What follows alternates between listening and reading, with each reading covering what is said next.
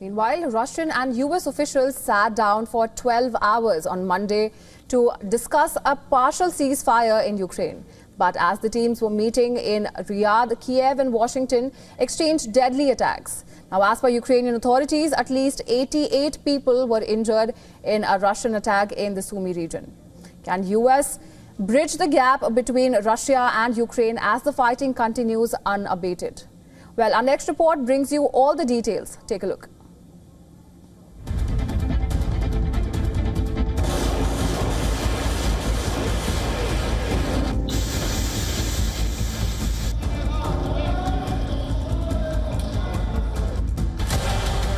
Russia is going full throttle in its onslaught, unleashing a devastating combination of missiles, drones and glide bombs on key Ukrainian cities with mechanical precision.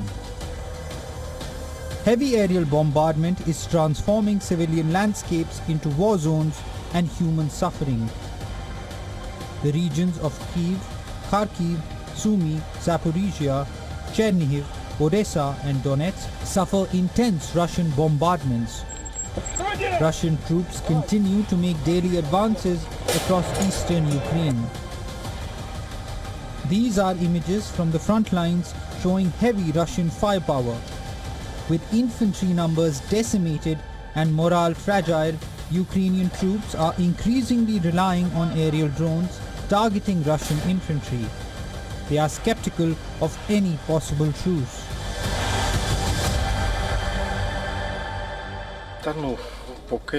So far, these are just talks. There hasn't been any visible action. There has been no ceasefire. And I think that there will never be one from the Russian Federation because this is a country that has been at war for all its existence. It is probably in their DNA to go to war against a country.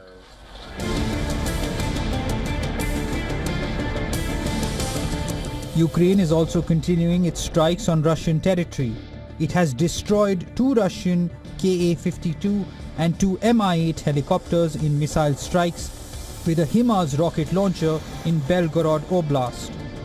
The region is regularly used by Russian forces to launch attacks on Ukrainian territory.